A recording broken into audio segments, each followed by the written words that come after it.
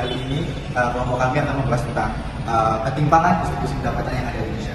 Nah, jadi ketimpangan yang ada di Indonesia ini mungkin untuk tahun ini mungkin cukup stabil ya teman-teman semua. Namun untuk beberapa dekade terakhir pada pendapatan distribusi di Indonesia ini, pada video kali ini kita akan membahas tentang yang pertama yaitu penyebab ketimpangan distribusi di Indonesia, yang kedua yaitu ada peran dari kegiatan distribusi di Indonesia, yang selanjutnya ada dampak dari kesejahteraan sosial, yang selanjutnya ada dampak mengenai stabilitas ekonominya, dan selanjutnya mungkin dari kami akan ada kesimpulannya. Kita membahas mengenai penyebab ketimpangan distribusi pendapatan yang ada di Indonesia. Yang pertama yaitu ketimpangan anak setelah lahir.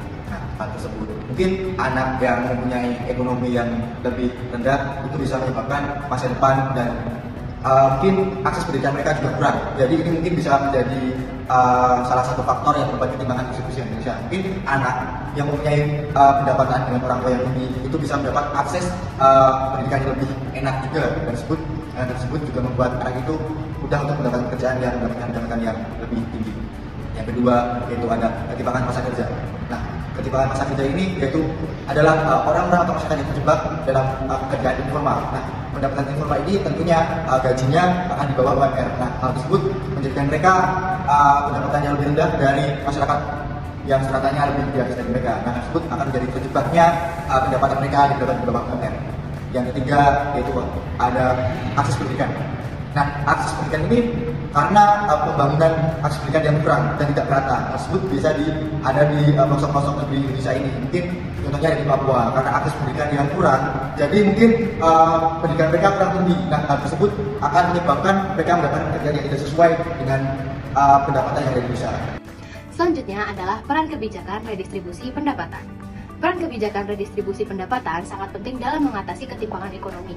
Kebijakan ini bertujuan untuk mendistribusikan kembali pendapatan kelompok masyarakat yang kaya kepada kelompok masyarakat yang miskin.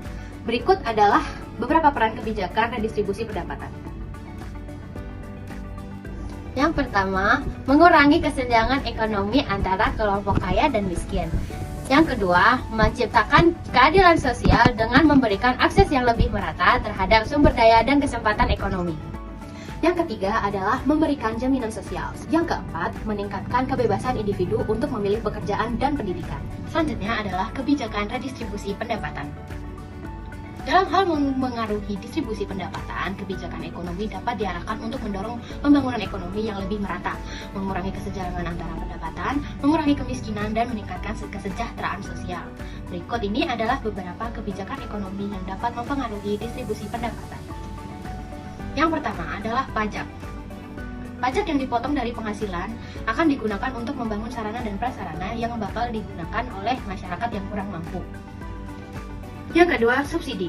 Menyalurkan dana yang berasal dari pajak atau non-pajak ke golongan masyarakat tidak mampu. Selanjutnya kita akan menjelaskan tentang keterkaitan antara ketimpangan distribusi pendapatan terhadap dampak kesejahteraan sosial dan juga stabilitas ekonomi. Kemiskinan di Indonesia itu semakin parah jika melihat kenyataannya.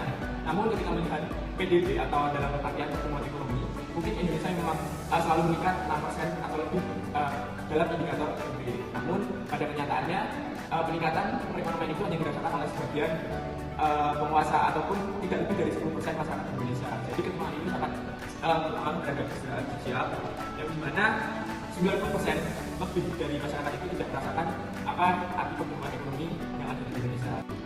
Oke, hal itu tentu berpengaruh kepada masyarakat miskin yang tidak dapat meningkatkan taraf hidupnya.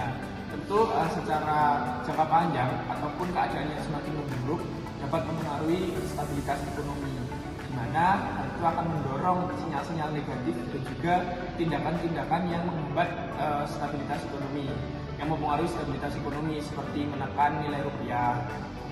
Hal itu juga relatif lebih parah lagi ketika relatif tinggi ketimpangannya, karena dapat memoralisasi masyarakat untuk melakukan tindakan-tindakan struktural yang itu akan berpengaruh pada pertumbuhan berkelanjutan. Nah, seperti yang sudah dijelaskan oleh teman saya Jadi, kita bisa menarik kesimpulan bahwa ketimpangan distribusi pendapatan di Indonesia merupakan masalah yang kompleks, dipengaruhi oleh faktor struktural dan kebijakan. Kebijakan redistribusi pendapatan seperti subsidi, program kesejahteraan sosial, dan reformasi pajak memainkan peran penting dalam mengurangi kesenjangan. Dampaknya terhadap kesejahteraan sosial dan stabilitas ekonomi sangatlah signifikan, meskipun implementasinya masih memerlukan perbaikan. Jadi, untuk mencapai pembangunan yang berkelanjutan, diperlukan pendekatan yang lebih inklusif dan efisien dalam merancang dan melaksanakan kebijakan redistribusi pendapatan. Sekian dari kelompok 10, terima kasih.